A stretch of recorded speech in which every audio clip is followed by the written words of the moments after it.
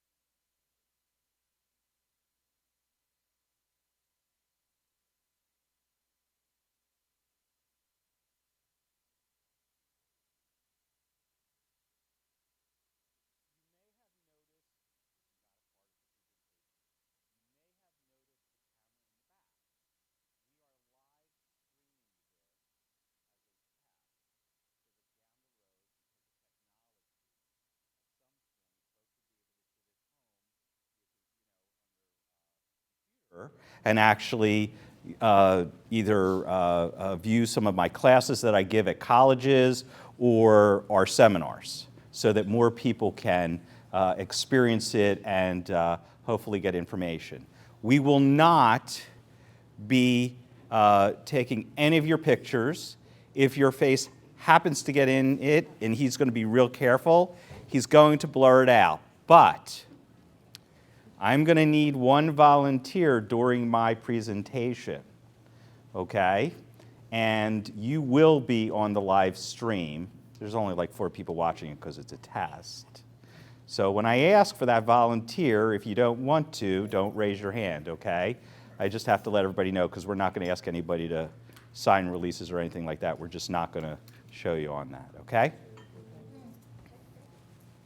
How are we doing? We get started roughly 3 minutes. Okay, roughly 3 minutes? We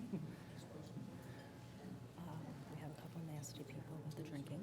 Tell me which ones. Well, they're not here, they're still at the bar drinking. Well, then.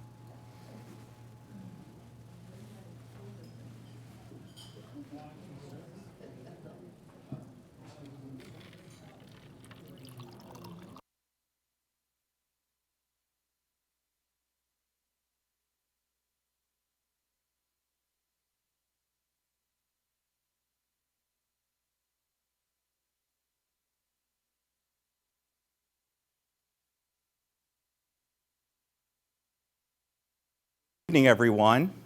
Welcome. My name is Mark Freed. I'm the president of TFG Wealth Management.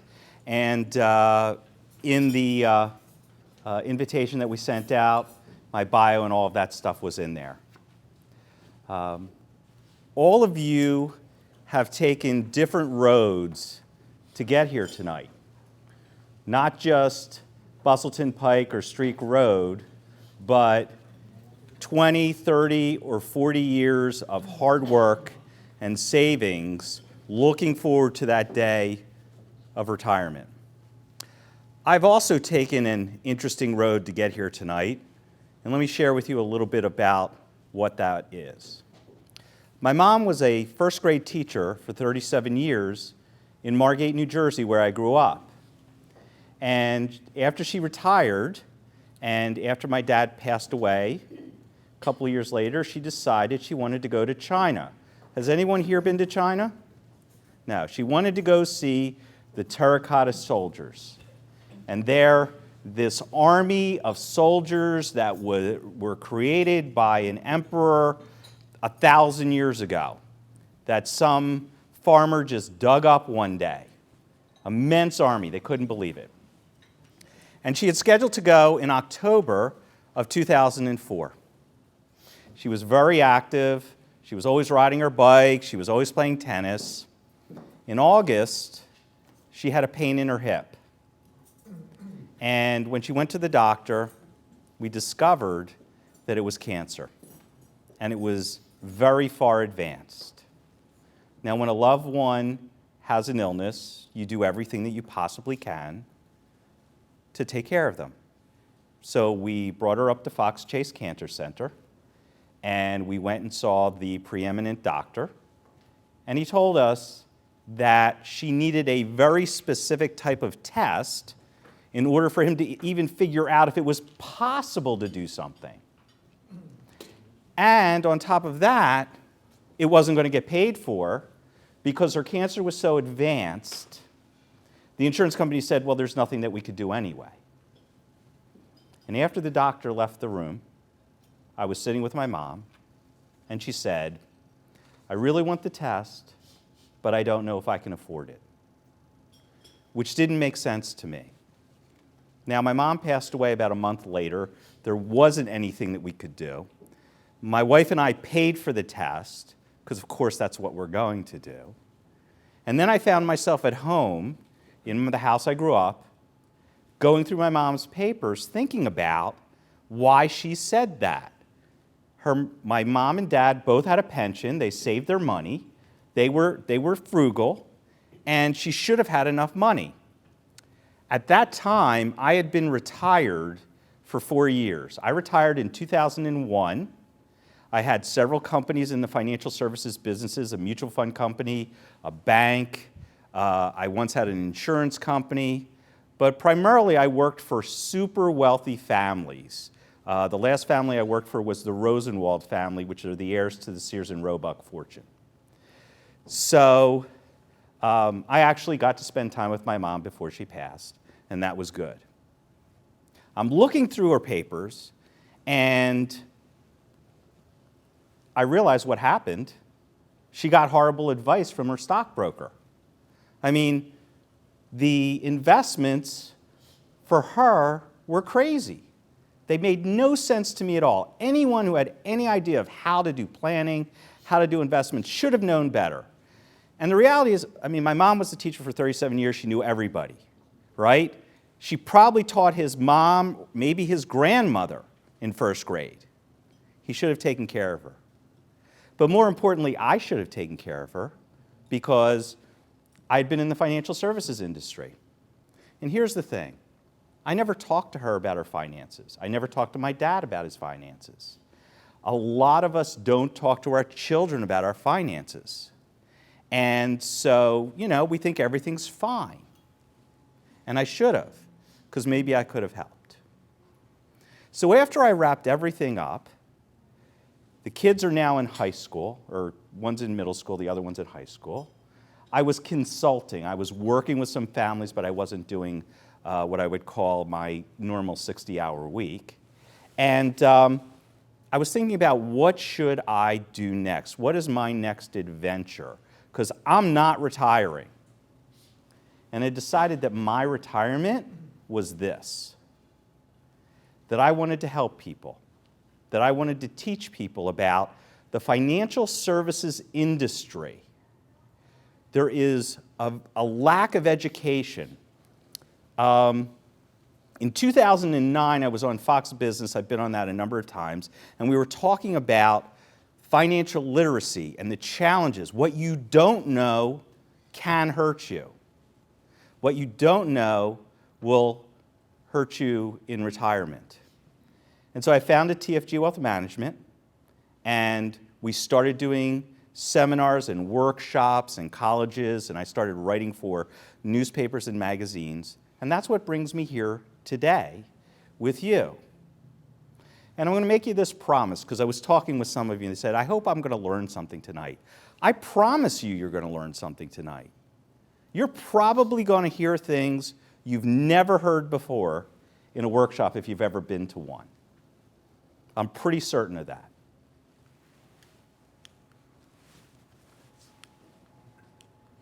And one of the things you're going to learn is that this is not working. Because even though I have an undergraduate degree in computer engineering, that was in 1980. Okay. Did you give me the right clicker? Yeah. Can you go get, yeah, go get Craig. That's okay. Oh.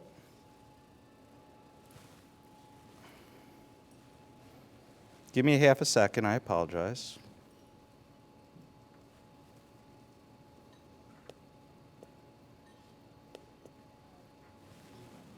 Okay. Here we go.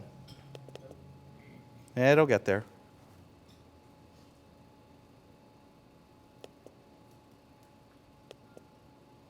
I think I'm okay. But go get the other clicker anyway. Yep. Yep. There we go. Good. Yep. We're good.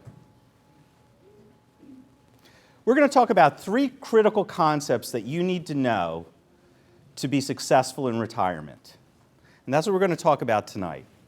And those critical concepts are integrity, taxes, and volatility.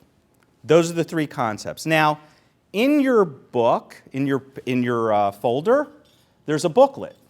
And I'd like you all to take it out. I'm going to get mine.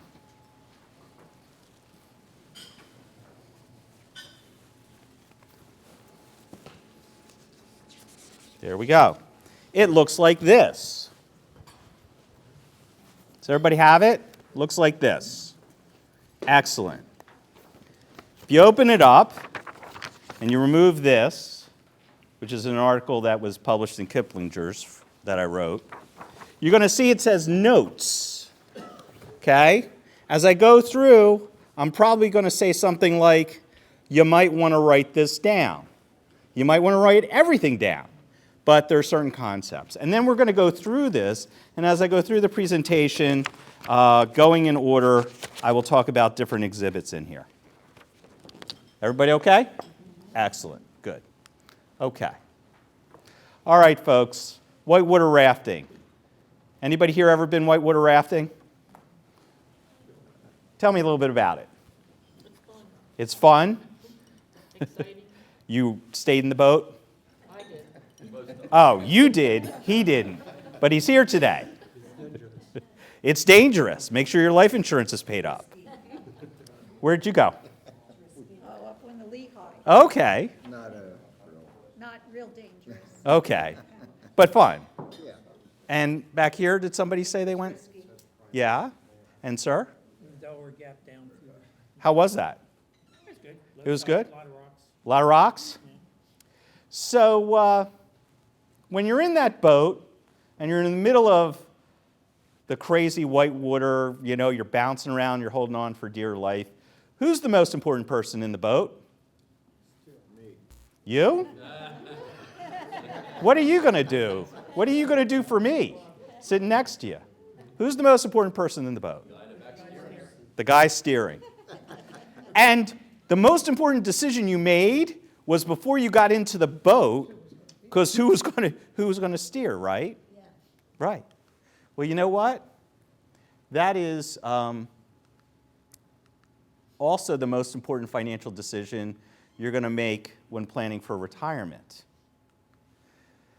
The most important decision you're going to make when planning for retirement is who are you going to listen to, right? Maybe it's you. Maybe you're the advisor. Possibly. Maybe it's one of these folks.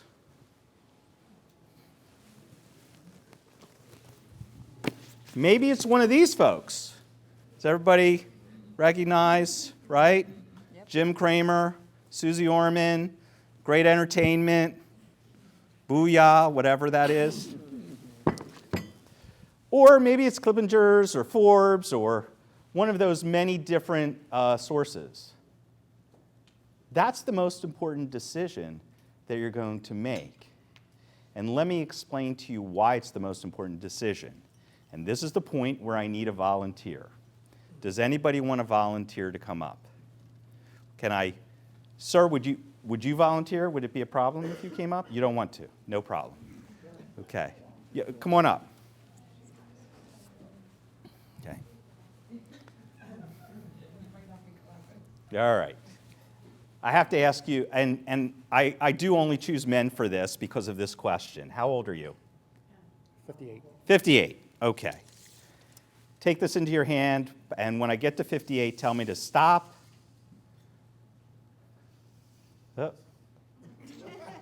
There you go. Okay. So I want you to take your left hand, and I want you to hold on to it with your right. put your thumb on 58, your left thumb on 58. Okay. There you go. Now take your right hand and pull the tape measure out to age 90. No, not just out. You got to find 90. There you go. This is why it's the most important decision, because folks, you were taking a lot of advice along the road here, and you get to 58 and 59 and 60. And if you happen to make a mistake along the way, or maybe you didn't quite listen to someone, or you didn't quite do things the right way, you were still putting money away and you still had time. Well, you're here. And the decisions you make now are 10 times, if not 100 times more important than any decision you made before you came here this evening. And that's why it's important. Thank you very much. Can we give him a hand? There you go. Thank you. Thank you. Yep. And you got 1.3 million choices, because that's how many folks are out there. You've got insurance agents, brokers, registered investment advisors, people on the phone at Fidelity or Vanguard who are glad to help you roll your 401k over as long as it stays with them. You've got different kinds of representatives. You've got entertainers on TV and on radio, right? And books galore. I just finished a book. It'll be out in about 3 weeks. We're just starting to publish it. And in preparation, I read like as many books as I could. I think I have 40 different financial books just to see how they were done. And there are many, many more. So you have a lot of choices. How do you figure out who to listen to? So financial professionals fall into two camps, okay? They're either investment consultants or wealth managers. And an investment consultant is someone who basically will help you decide what to invest in.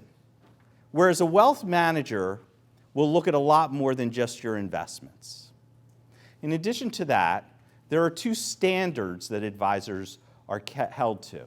And I'm going to show you a little video about that.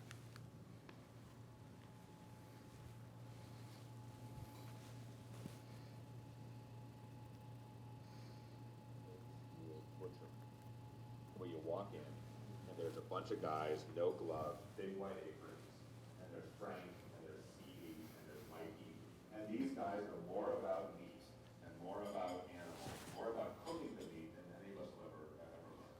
And so you walk in, you say, Lou, I'm going to barbecue this weekend, right? What do you like? And Lou goes to, the big racks of stuff he has underneath the glass, and he goes, the veal chops, just in from Argentina, they are the bomb. And you go, veal, I like veal. What do you got on skirt steak? Oh, we got some great skirt steak, just came in yesterday from Montana. Skirt steak was one of my favorite, marinated up a little bit, it's fantastic. Lou will never say to you, Elliot, it's a little long on the meat here, big guy, your cholesterol's getting high. Why don't you go down to the fishmonger a couple blocks and have a nice piece of salmon? Right? He'll never do that. Why? His job is to sell me meat, and I go in, actually the same way I go into the Toyota dealerships, I like Toyotas, and I trust the salesman to sell me a good product if I trust him. And the fact that he's got my interest at heart vis-a-vis my expectation for selling me that thing. By the same token, when I go to see a dietitian, I know she's going to look at all of my labs, she's going to take all the measurements, she's going to run all of her analysis, and she's going to absolutely give me her best thinking on what's best for me. Whether she's a vegetarian or a meat lover, likes this, likes that, if she thinks I should be doing something differently, even if it's not good for her, she's going to give me an opinion that's for my interest. So what's the difference between a fiduciary and the brokers? Well, these are dietitians, these are butchers. That's it. Brokers are butchers selling product. Fiduciaries are dietitians looking after your health. The problem is most people think that their butcher is a dietitian. So when one of your moms or dads or friends calls the broker, says, no, I got 200 grand, I sold a little piece of property, or got some inheritance, what should I do with it? They're going in thinking they're talking to a dietitian, and they're really talking to the butcher. Now, would you rather be talking to someone, we call that the suitability standard, by the way. Suitability standard or fiduciary standard. Now, there's something interesting. On April 10th, Suppose the Department of Labor said, guess what? If anyone spoke to you, because all of you own IRAs and 401ks, they had to be held to the fiduciary standard. There was one small problem. The major brokerage firms and insurance companies said, if you hold us to that standard, we can't make money. In other words, if we act in our client's best interest, we can't make money. So there was a lot going on, and it's been delayed. I believe that it will eventually, some part of it will go into place. I am a very strong supporter of it. Since we already do that as fiduciaries, it doesn't affect us at all, but it will really help you.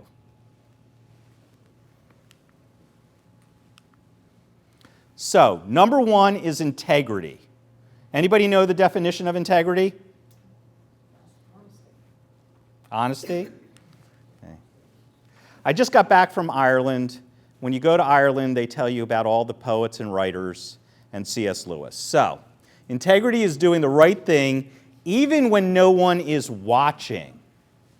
Well, how do you know that the person who's giving you advice is doing the right thing if they have to do it when you're not watching? Right? Makes it a little tough. But these are 4 concepts. These are 4 things that go on in the financial services business today that you may or not be aware of. And if you're working with someone with integrity, they will tell you about this, because these things are embedded in financial products. And you need to know about them so as you're making your decisions, you understand how much you're spending, what you're paying for advice. Okay, and the first is called revenue sharing. Everybody here, I'm sure, has been into a supermarket once in their life or more, and you've probably walked down the soup aisle and you've seen Campbell's soup right here. Do you know why Campbell's soup is right there? Eye level. You know why? For $1 million a SKU. $1 million, that's what it is, right? That's called revenue sharing, called bribery, whatever you want to call it. They're buying specific space. Well, in the financial services industry, you can do that too. In other words, a mutual fund or an insurance company can write a check to a brokerage firm or to a broker or a financial services firm to say, please push my product. And a lot of the firms will only present to you a product where they get paid. So if they don't get paid, you'll never see it, whether it's in your interest or not. In your book,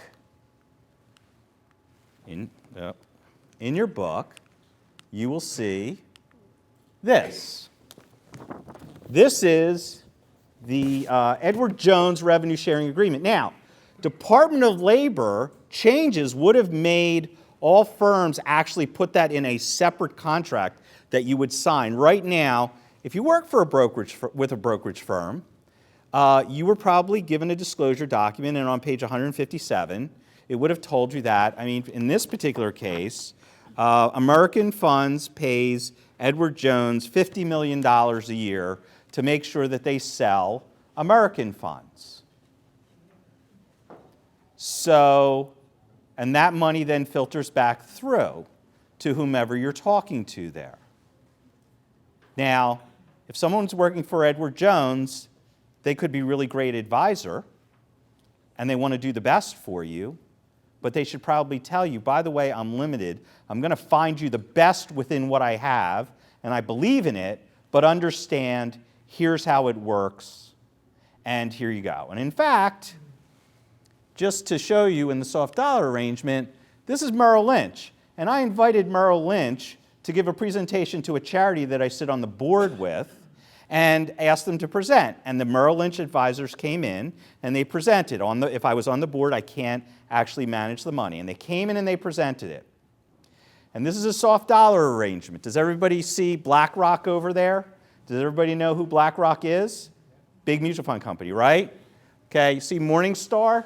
This is a Morningstar report. If you saw a Morningstar report, you'd figure probably objective information, right? That's what Morningstar is known for. But if you're BlackRock and you're paying a lot of money to get these reports in this software for Merrill Lynch, where do you think your funds are going to end up when the recommendation? Just like Google, number one. Now, these guys had integrity. I knew they had integrity because I knew them pretty well. And when they made the presentation, here's what they said. They said, you know, BlackRock was the top recommendation in this report, but we're not recommending them, and here's why. And they went on to explain why, and they actually took us through to the pages for the funds that they wanted to recommend. And they explained it. They're not bad guys. It's just that's the world in which they live in. It's one of the reasons why when I came back to work, I decided to be independent, because I've been in that world and I understand it. And actually more and more guys are going independent every day. Hidden fees. Had a gentleman in today, he had a variable annuity. Now, a variable annuity is one kind of annuity. There are 4 kinds of annuities, and I'm not going to get into that right now, but variable annuity. And I said, so how much are you paying for this? What's the fee? And he said, well, my advisor gets 1% a year. I said, that's great. That's what he gets paid. How much do you get? How much are you paying? He said, well, 1%. We called the insurance company. I asked the insurance company how much are getting paid. 3.99%. What are the fees? They were very happy to, they said it. So he asked his advisor, how much am I paying? And the advisor said, that's how much you're paying me. But the question is not how much you're paying the advisor, it's how much is everybody getting paid from your investment. So when you ask the question about how much am I paying, you have to be very specific, okay? You have to say, all right, that's what I'm paying you, but everybody else has to get paid. And there are a lot of other fees. In here is an article. It's called The Cost of Owning Mutual Funds, and it goes through a detail of some of the fees that you will not know about that are inside of funds, and you can understand them. Now, we are institutional money managers. We're not retail. That means that we primarily do not use mutual funds for a lot of reasons. One, there's a lot of costs involved that we can get around. And two, I don't feel like we have enough control on what we want to do. That doesn't mean mutual funds are bad. In fact, they were a great invention, and they helped people to grow their money. You might have noticed that in your 401k, the only investment options you have are mutual funds pretty much. That didn't happen by accident. So I started Stonebridge Mutual Funds in the 90s, and it was the greatest thing in the world. We got ourselves hooked up with some 401k programs, some administrators, and every week that check came in, right? Pouring into the plan. It was the greatest thing for the mutual fund industry. The new thing is these target date funds. The target date funds were the greatest marketing invention for the last 25 years. I think it's something like 60% of all the money is flowing into those funds because people just aren't sure what to do. Well, I don't have time to go into it, but I really recommend if you're using those funds, you might want to Google a little bit about it and learn about the differences between those funds.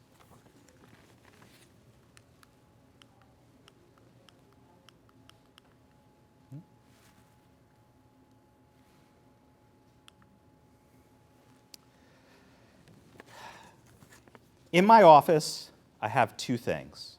I have a crystal ball that I bought 25 years ago in Puerto Vallarta when I was down there with my wife. She was on a business trip, and I was the spouse. It was great, for once. The only time it ever happened. And the other is I have a replica of a silver bullet. And the reason I have that is because it reminds me of something that goes on in our industry. The crystal ball is there because there are usually 2 questions that everybody asks me. What's going to happen in the market this year? And what's the one investment that I can buy that's going to solve all my problems? And I will tell you, I just asked them to look into the crystal ball because in 25 years it's never told me anything. And if you've ever watched all those shows and you've seen the predictions in January, which you've forgotten about by December, most of them are wrong. But you don't remember, so it's okay, it's entertainment. The silver bullet represents something that I think is a real problem in my industry. And that's that a lot of folks out there basically are saying, we have the answer to all your problems, don't do anything else. And that usually falls into two camps. You've got the insurance camp, annuities and life insurance. And there are folks out there who are saying, look, put all your money in this stuff, you won't lose any money, it's the best thing in the world, you know, don't put your money any other place. And then you've got the other camp, which is the market camp. And that camp says, put your money in the market, put your money in bonds, that's the best way over the long term, you're going to make your money and everything's going to be great. And I'm here to tell you that I believe they're both wrong, and I also believe they're not acting in your best interest. And here's why. There are hundreds of millions and trillions of dollars in each one of those types of investments. So how can they both be horrible? I'm not saying there aren't bad investments in the market and bad investments in insurance. But if I'm a fiduciary and I'm supposed to act in your best interest, and I make a blanket statement that I'm going to take every single type of investment in some category off the table, we should never consider it, it's no good for you. Have I taken the time to even understand what's going on with you and what your needs are? I believe there are no bad investments or good investments, as long as they're legal investments. But there are appropriate investments and inappropriate investments. And folks, when you're sitting down with an advisor, here's the thing. The way you tell you're working with a good advisor are the questions that they're asking you. Do they really want to understand where you're at, what you're about, and what's important to you? Because it's your goals and your objectives and your vision of your future that will determine what are the right investments for you. And everybody here has a different vision. Our mission is to make your vision of retirement a reality, and that's what we do. So if you really want to kind of measure who you're dealing with, listen to the kinds of questions they're asking you. Taxes, keep it in the family. Okay, folks, 401ks and IRAs. What's the number one issue with those, right? Everybody here, I said 401k and IRA owners only, right? What is your number one issue? Your number one issue is taxes, and here's why. And by the way, when I say taxes, I mean good and bad, right? And there are opportunities every year in dealing with taxes in your 401k and your IRA, if you're aware of them ahead of time. Because from a tax perspective, the worst investment account you can have is a 401k, 403b, or IRA in retirement, not before retirement, and here's why. You believed that when you were putting your money away and you were deferring taxes, that you were going to be in a lower tax bracket when you retired. So don't pay taxes now, pay taxes later. One problem with that is inflation. So even if you wanted to live at the same level, it was going to cost you more 20 years later. And the second is, most people don't want to go backwards in retirement. They don't want to give up what they have. They might have some less expenses, but they're not looking to back off. They're looking to enjoy life. And so you probably will pay more in taxes. In fact, when you take money out, it'll be the highest tax rate because it'll go on top of all of your other income. Each distribution can move you up in a tax bracket. Does everybody know what a required minimum distribution is? Okay. You have to take it out. What age do you have to take it out? 70 and a half. What happens if you don't take it out at 70 and a half? You're penalized. And how much are you penalized? 50%. 50%. Is there a higher tax than penalty than 50% out there? 50%. They want their money. Folks, it's time to pay. And I want you to pay because we got this big debt. There will be more taxes collected from your 401ks and IRAs over the next 20 years than all the taxes collected from the people who are working. So the retired folks are going to pay more in taxes because there's somewhere between, given the day, $16 and $18 trillion in your IRAs and 401ks. And if I'm sitting in Congress and I need more taxes, I need more revenue, where am I going? Where the money is, right? Where the money is. So is a Roth in that category? A Roth is separate. I'm going to go into that in just a second. Thank you. Every dollar you withdraw can increase your taxes on Social Security. And I should add Medicare and lots of other benefits that are now going to be means tested. Folks, I have to tell you, the taxes are becoming more and more a part of our practice. We're not CPAs, and by the way, please consult a professional tax advisor, a CPA, before you do anything with your taxes, regardless of what I say here tonight, okay? Because everybody here is different, but what I can tell you is it's really important to plan and look at it. Take a look at how much is your potential tax bill for the next 20 years as you're pulling those required minimum distributions out. And don't forget, it's going to impact your Medicare premium, and it's going to impact your Social Security, and who knows what else. It is the highest taxed asset you can leave to your spouse. You know, we don't think about that. I'm going to leave my IRA to my wife so she can pay all the taxes that I didn't pay, as opposed to leaving maybe a regular brokerage account where she might get a step-up in basis. $5 million each exemption plus on estate tax, but we've got to remember there's still income tax due. Really important. And it's the only asset that forces you to withdraw money. So what do you do about it? Well, you have to take a look at it, right? We have certain programs that we use in our practice where we project approximately what taxes could be. Now, it's an approximation, but at least it gives us an idea. Are you going to pay $200,000 in taxes on your 401k over the next 20 years, or are you going to pay $1.2 million? It's important to know the potential because then you'll be able to decide whether or not you want to make a change. And that could dictate where and how you're going to put your money. A Roth IRA is an IRA in which you pay the taxes before the money goes in, but when the money comes out, it's tax-free, so all that you earn. And you can move money from an IRA to a Roth if you'd like. And here's the interesting thing.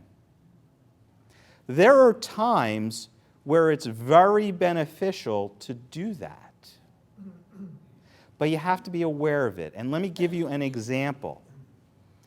In 2008, when the market crashed, and maybe it happened to you, and your $1 million was $600,000, did anybody call you up and say, hey, there's a sale on taxes because the AT&T that was at 75 is now only at 25?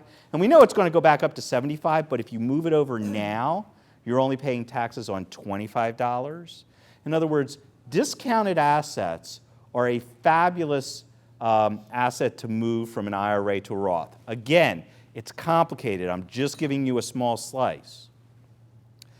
We are going to have a tax change. And I am going to give my clients' CPAs a nightmare when that tax change comes through because I'm going to call them up and I'm going to ask them about the Roth conversions. And by the way, folks, you pay for that advice. You don't get that for free if you want to get it right. That's important, right? And there's a lot that we can look at depending on how the rules change. I don't know how the rules are going to change, but whenever rules change, it's always an opportunity. Or you might just want to move it over. You might take a look at your tax return, and you might say, oh, I've got some space in my bracket. I can move it over because it'll reduce taxes later. Here's the problem. You don't want to pay any taxes. All right, I've been there 1,000 times, but I got to pay taxes on the money. It's like, yeah, you got to pay taxes now, you got to pay taxes later, you still got to pay the taxes. Would you like to pay less? But that's going to be difficult, and I will share with you, it's a hard thing to do. Rationally, you'll say yes. Emotionally, you might say no. Bill and Sadie live in Florida. And one day, Bill comes home, and he says to Sadie, if I die, are you going to remarry? And Sadie says, of course. Bill wasn't really happy about that. But he went a little bit further. He said, Sadie, will you let him drive my car, my brand new Cadillac? And she goes, of course. I'm not going and buying a new car. All right. So then he says, well, are you going to let him sit in my favorite chair where I've been watching the Eagles for the last 30 years? And, and she goes, of course. I'm not going to replace that chair. He can sit anywhere he wants. So Bill said, okay, I'm going to ask you one last question, really important. Are you going to let him use my golf clubs? And Sadie says, of course not, he's left-handed. So, lots of things happen when a spouse passes away.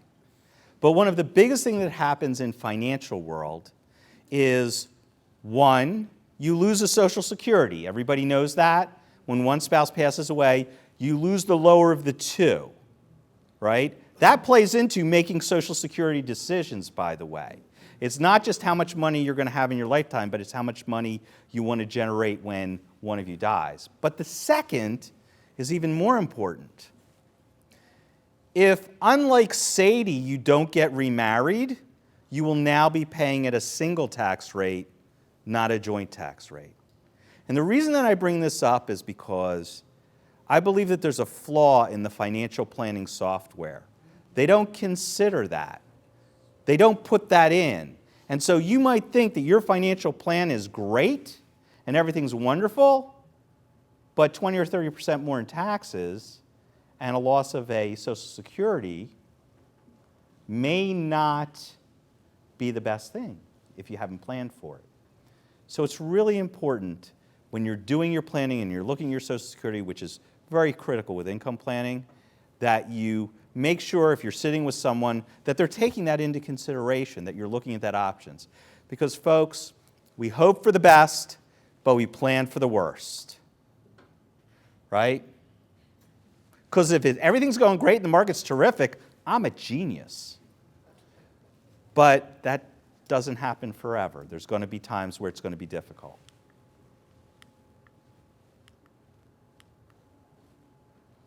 Whose job is it to tell you this? See, I believe it's your advisor's job. And it's your advisor's job because everything I just told you, we all know. We all have dozens, hundreds, thousands of clients. We've had them who have died. We've been through all of that. We've seen the Social Security. I mean, unless you're dealing with someone who's probably under 40, they must have seen this happen. And I think it's our responsibility to tell you, because that's a part of the financial planning process. Volatility, math and money are not equal. Last part, here we go. I figure 75% to you, Mama, and 25% divided between the 5 of us. Gita, Crowbar, myself, Tom, and the baby. That makes 5% for each one of us. Billy, you're cheating yourself. If there's 25% divided among the 5 of you, that's 14% apiece. Oh, no, listen, Tom. I wouldn't cheat you. You know I wouldn't. Now, look here. No, let me rub this out here. And now, 25 divided by 5 is 5. You see, the 5 won't go into 2, will it? No. But 5 goes into 25 5 times, you see? No, you're wrong, Billy. Now, I'm pretty good mathematician. Now, 5 into 25, 5 won't go into 2, will it? No. But 5 goes into 5 once. didn't use the 2 before, so we put it down here. Now 5 into 20 goes 4 times. There you are. 5 into 25, 14. No, look, Ma, now let me prove it to you now by multiplication. 5 times 5, 5 times 5 is 25. I'm surprised you're learning. Huh? I'm surprised that you're learning. Now I'll show you. 5 times 14 is 25. 5 times 4 is 20. 5 times 1 is 5. 25. That's it. No, Ma. Look, you're wrong there because I'll prove it to you.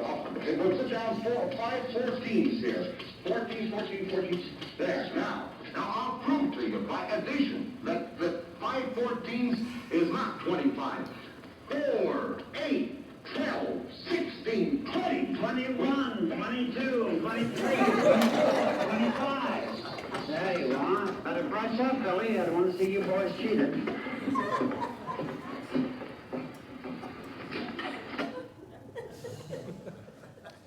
Folks, math and money don't work the same way. I love that every time. You look at a lot of numbers when you're making financial decisions or you're picking investments, right? You might ask, well, how well did it do over the last 10 years? Or what percentage of my account can I take out every year? And most of the time, our brains go to math, not money. You might be faced with a situation where your children come to you and say, can I borrow 10 grand so that I can put it down payment on the house? And by the way, my definition of a loan to children is called a gift. Okay? But, you know, and you'll say, well, it's only 10,000, but it isn't. So what I want to do is I kind of want to draw this distinction so that when you're looking at investments and when you're comparing, should I do A or should I do B, that you're armed with a little bit more knowledge and an approach. Because I think I've found that this helps more than if I stood up here and gave you an asset allocation or talked about, you know, the global impact on ETFs in Singapore. Okay, why do we take risk?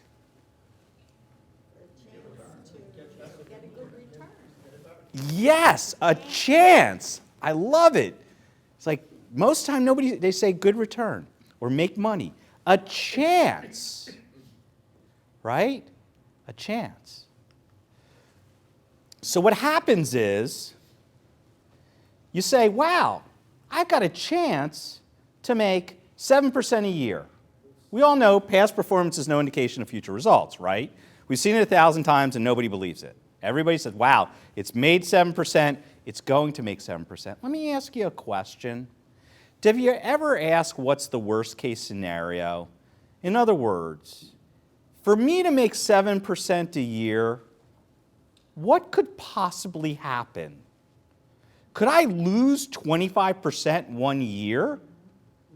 And maybe it takes me another 9 years to catch up? See, we don't ask that question. We don't ask, what's my worst case? Because you can look and you can see the numbers and you say, okay, 7% return. And we also know what the downside potential is. But nobody wants to talk about that. And without that, how can you weigh the risk? So, what kind of investor are you? How many folks here are conservative investors? Okay. How many folks here are moderate investors? Is anybody an aggressive investor? All right. There you go. There you go. The problem is, let me share with you this. In 2007, when somebody was ready to retire, right, and they were going to retire in December of 2008, they were lining up the shore house that they were going to buy because their 401k was up here, okay? And then in December of 2008, they were working another 2 years. You are absolutely correct. Here's the problem. We don't know which year it's going to be, right? And risk And you know what? Like I said with the tape measure, as things are going along, you can afford volatility. By the way, folks, volatility is risk. Volatility, the high and the low. Where's my thing? Here we go. Think of a road.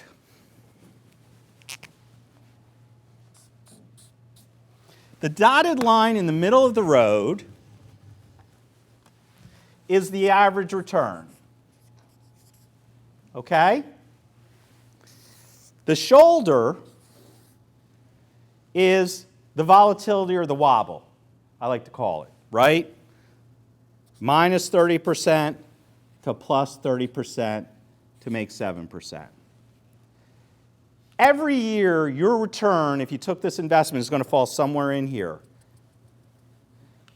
We don't know where, but somewhere. Now, think about it. If you buy a CD and you get all of 1%, what are you going to make next year on a 5-year CD if it's going to pay you 1% this year? It's a 1% CD. How much are you going to make next year? 1%. It's not. The year after, 1%. No risk because you can predict what's going to happen next year. So as we are going through life and we have time, we don't necessarily have to predict what's going to happen next year because it doesn't have a major impact on our life. But when you get to retirement, things completely change. You do have to predict. When you're looking 5 years out at retirement, you do have to predict where you're going to be at during retirement. And let me show you why. If we go to our book, I have 2 examples of 2 different portfolios. I believe it's page 10. Will everybody open up to page 10? It looks like this. Let's see if I can get a little further in. Catch up to myself.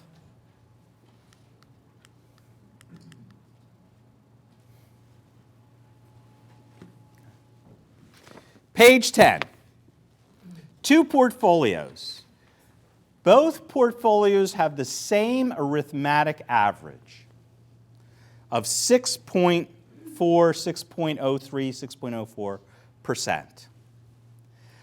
The top portfolio is the S&P 500.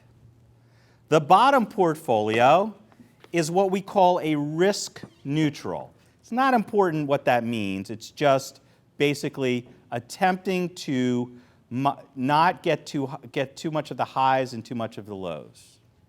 Now on page 10, you invest $1 million, and at the end of the year, you have $2,078,000 from the S&P, and at the end of 15 years, you have $2,654,000. They both had the same arithmetic average. The one that had less wobble did a little better. And that's okay. I mean, the fact is, I could have picked a different time and the S&P would have done better. But here's the catch. The next page. See, folks, you're now taking money out. And if you need to take out 4% a year, what happens is, in the bad years, when you withdraw money, you are compounding a loss. And if you didn't have to take money out, you might have made it up. But once the money leaves your account, it leaves your account. And that's why I always ask this question. How are you going to create income in retirement? Are you going to have to sell something? Are you going to collect income from something? Does it matter if the market is up or down in that given year? Does it matter if your investments are up or down in that given year? How much cash are you going to leave on the sidelines, which, by the way, won't be making any money for you, but you need to have it there? All of a sudden, instead of growth being the most important thing, then income, then protecting your assets, it's actually protecting your money, generating income, and having some growth. Most folks say, that's okay. I'm just going to go to 50-50 bonds and stocks. You know, I was 80-20, I'm going to get conservative 50-50. Well, folks, I'm here to tell you that that doesn't work. It doesn't work because bonds are going to get hurt just as much as stocks. We're in a low interest rate environment. Interest rates are going to go up. Are you living off of the interest of the bonds, or do you have to sell them? Again, are you going to get income, or are you going to have to sell something? And if you don't know the answer to that, then you're going to find yourself having to make very difficult decisions. And I don't like making difficult decisions. I like knowing what's going to happen.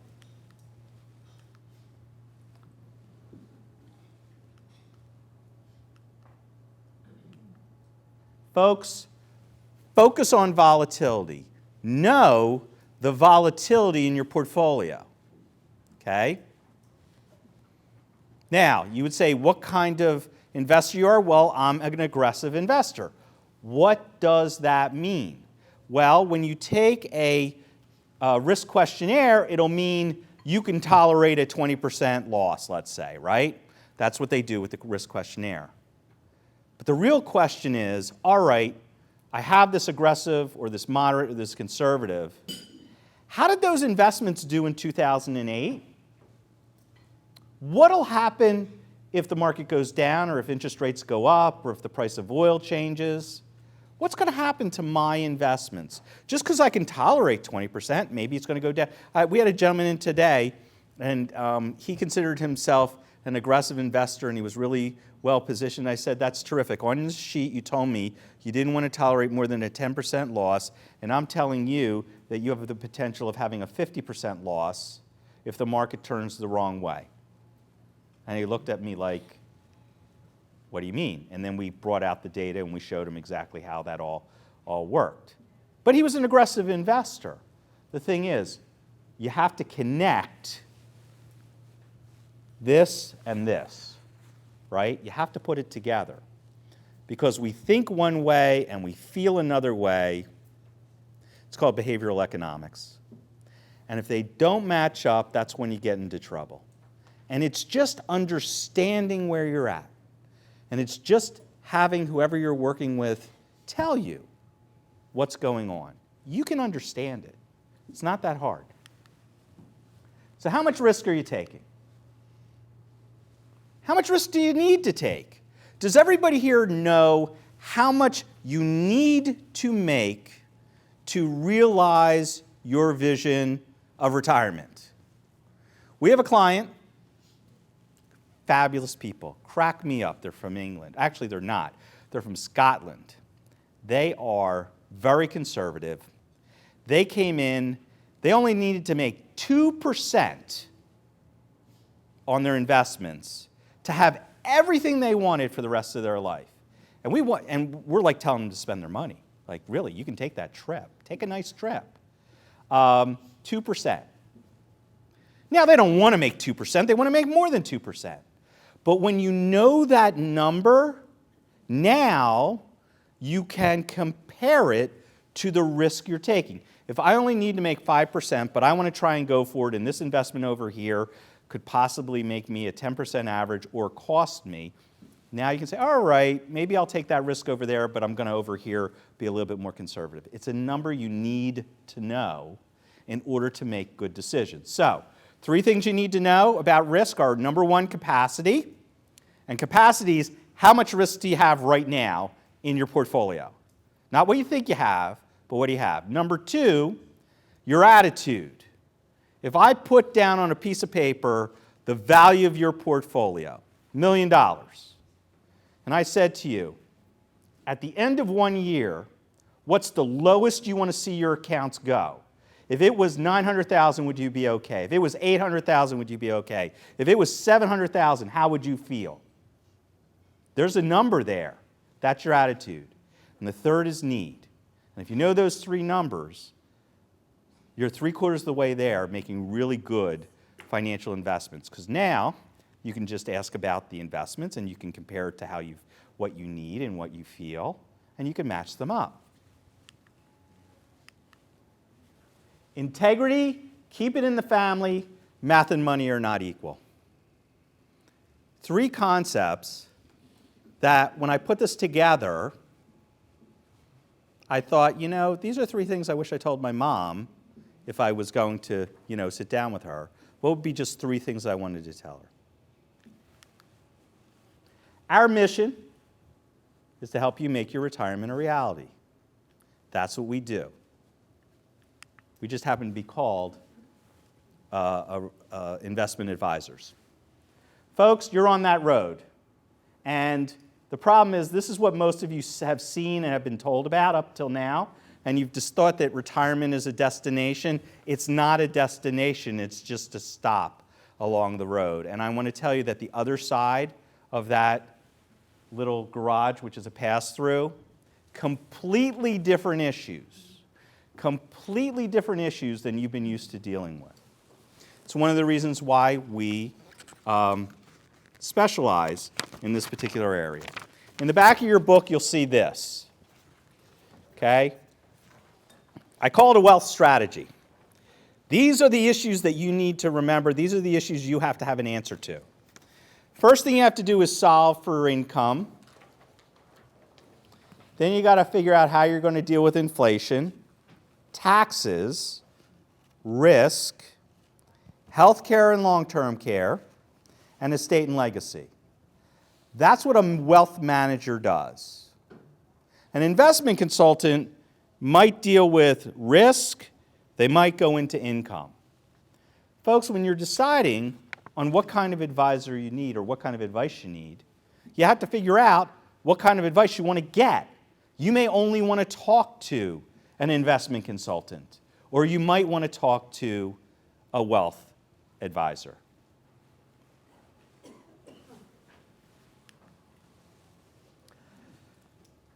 When folks come in to see us, this is what we do.